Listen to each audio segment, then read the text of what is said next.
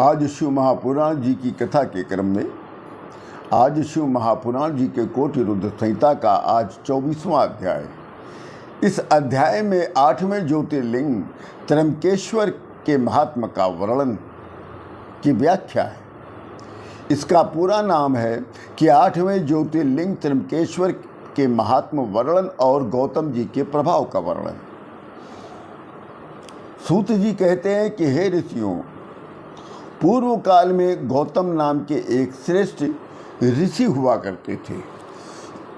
उनकी पत्नी का नाम अहिल्या था, जो बहुत ही परम धार्मिक थी। दक्षिण दिशा में एक ब्रह्मगिरी नाम का पर्वत है। यहीं पर गौतम ऋषि ने 10,000 वर्ष तक तप किया था। एक बार ब्रह्मगिरी पर्वत पर 100 वर्षों का घोर अनावृष्टि हो गया था, जिससे सभी प्राणी संकट में पड़ गए थे और यहाँ तक अनावृष्टि हुआ कि पृथ्वी तक भी एक पत्ता भी हरा दिखाई नहीं दे रहा था। क्योंकि मनुष्यों को जीवित रहने के लिए जल की बहुत आवश्यकता होती और 100 वर्ष तक जल नहीं बरसा। इसी कारण ब्रह्मगिरी पर्वत से ऋषि, ब्राह्मण, निवासी, मनुष्य, पशु पक्षी ब्रह्मगिरी पर्वत का त्याग करके चारों दिशाओं की तरफ चले गए। पर महर्षि गौतम अपने शिष्यों और अपनी पत्नी के साथ वहीं पर निवास कर ही रहे थे और वो ब्रह्मगिरी पर्वत का त्याग कर कहीं नहीं गए। पर उन्होंने वरुण देव को प्रसन्न करने के लिए 6 महीने तक कठिन तपस्या किया और उनकी तपस्या से प्रसन्न होकर वरुण देव प्रकट होते हैं और कहते हैं कि हे गौतम मुनि, मैं तुम्हारी तपस्या से प्रसन्न हूँ।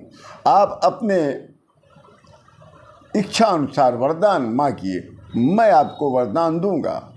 तब गौतम मुनि ने वर्षा करने के लिए निवेदन किया, प्रार्थना किया। तब वरुण देव कहते हैं कि हे गौतम मुनि, मैं दैव का उल्लंघन नहीं कर सकता। मैं क्या कोई भी दैव की आज्ञा का उल्लंघन नहीं कर सकता है।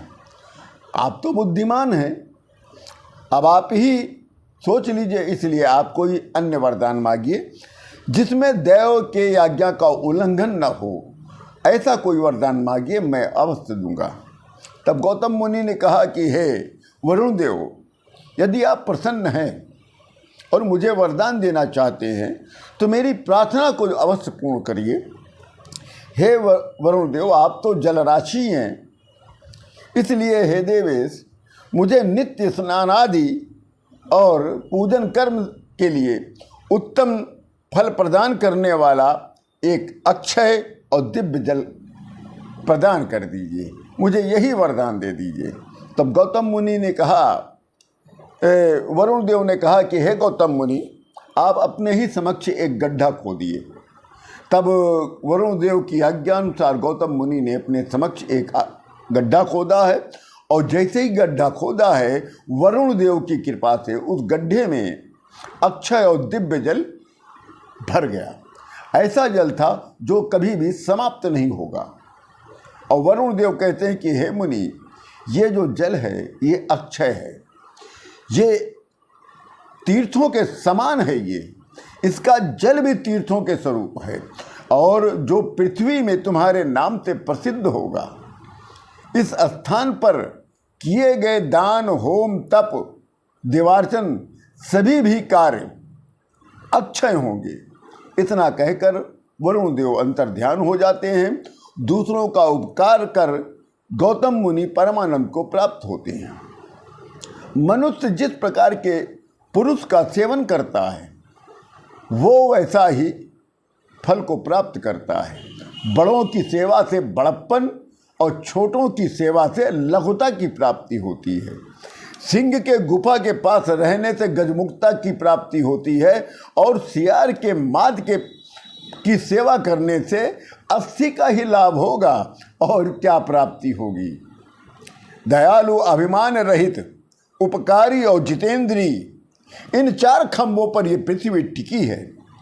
गौतम मुनि ने उस अक्षय जल से स्नादि कर्म और धर्म कर्म को पूरा करके तत्पश्चात गौतम मुनि ने व्रीहि, यव, निवार आदि प्रकार के धान्यों का हवन करने के निमित्त पृथ्वी में उसके बीज को बोया, जिससे नाना प्रकार के वृक्ष लहलहा गए, पुष्पों फल से भर गए, अनेकों प्रकार की वस्तुएं धान्य सब उत्पन्न होने लग गए। ये समाचार चारों ओर फैल गया। तब सभी प्रकार के प्राणी, पशु, पक्षी, मनुष्य, जीव सभी लोग वहाँ वापस आने लग गए और अक्षय जल से फिर अनावृष्टि का योग जो था, प्रभाव था, वो नहीं रहा। फिर गौतम मुनि के प्रभाव से वो ब्रह्मगिरि पर्वत पूरा सारा तपोवन आनंदमय हो गया। ये त्र्यंबकेश्वर ज्योतिर्लिंग का वर्णन कई अध्यायों में है, इसलिए आज के अध्याय से कई अध्यायों को सुनना आवश्यक होता है। इसी के साथ राम राम।